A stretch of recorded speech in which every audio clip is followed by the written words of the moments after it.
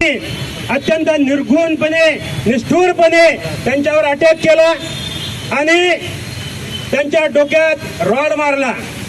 Rod मारल्यामुळं त्यांच्या मेंदूला मोठी इजा झाली, खूप मोठा रक्तस्राव झाला. ते जागेवरच खाली कोसळले आणि त्यावेळी हे गुन्हेगार इथून पळून गेले. परंतु या सर्व घटनेमध्ये, अशा या दुर्दैवी घटनेत सुद्धा माणसातला देव जागी असतो असं म्हणतात. तसं न्यूजपेपरची एजन्सी चालवणारे नेवसे कुटुंब या ठिकाणी, ते नेवसेजी सकाळी त्यांचा वृत्तपत्राचा व्यवसाय करत बसले होते त्या समोरच्या पलीकडच्या कॉर्नरला. जेव्हा त्यांच्या लक्षात आलं की समोर काही घटना घडलेली आहे आणि कोणीतरी पडलेले, ते धावत पळत आले.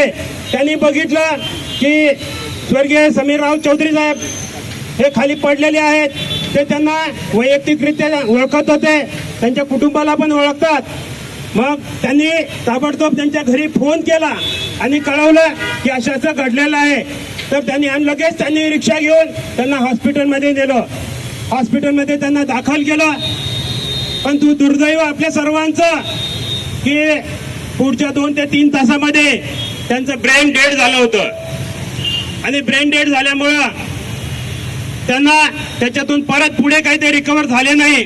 आणि काल सकाळी हॉस्पिटलनं त्यांना मृत घोषित केलं.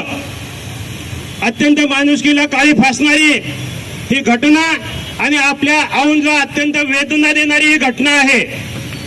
रोज अनेक नागरिक, शेकडो नागरिक रस्त्यावर सकाळी, ज्येष्ठ नागरिक असो का लहान बाळापासून सर्व महिला, माता, भगिनी सकाळी इथे चालायला येत असतात. आणि अशा स्थितीमध्ये अशी घटना घडणं हे आपल्या सर्वांसाठी अत्यंत वेदनादायक आणि फार भीतीदायक वाटतं.